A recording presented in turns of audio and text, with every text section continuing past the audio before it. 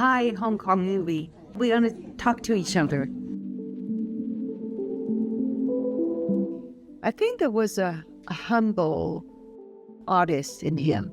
He knew he was connected to something truthful that he needed to say, he needed to film, and that made him specific in the way of choosing shots and writing the script.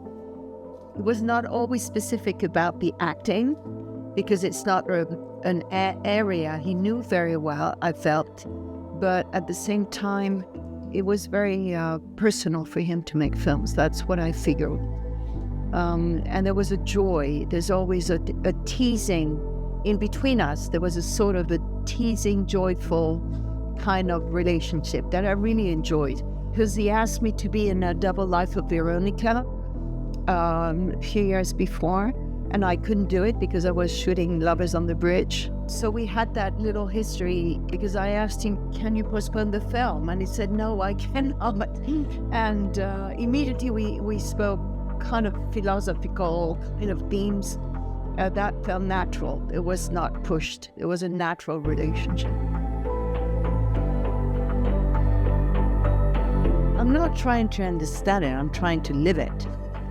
But I think I experienced it in a way before starting the movie, because I had a good friend of mine who had lost a child at 12 years old and her husband as well from cancer. And we spent 2 years of exchanging a lot because she was my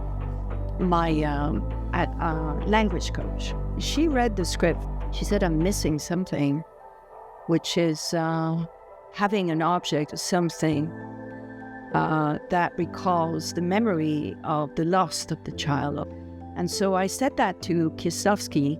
He asked me, okay, you choose between 3 objects. And there was the lollipop. And so we exchanged a lot about that situation of losing a child and what it felt. I mean, not knowing I was going to do the film. So when I read the script, I was like, this is it. This is what I need to do. And that's why when Spielberg, asked me to do Jurassic Park, I was already in blue. What we see big is sometimes very small, and what we see small is sometimes very big. I'm always very much an observer of what's going around me because it's my nature, I think, it as an artist as well. You want to know what's behind the curtains. You want to know, understand why somebody would do this or that, or what are the choices. I think the intention behind is really what counts, and what kind of intention you put. Any thought, any feeling is part of the game of living and creation.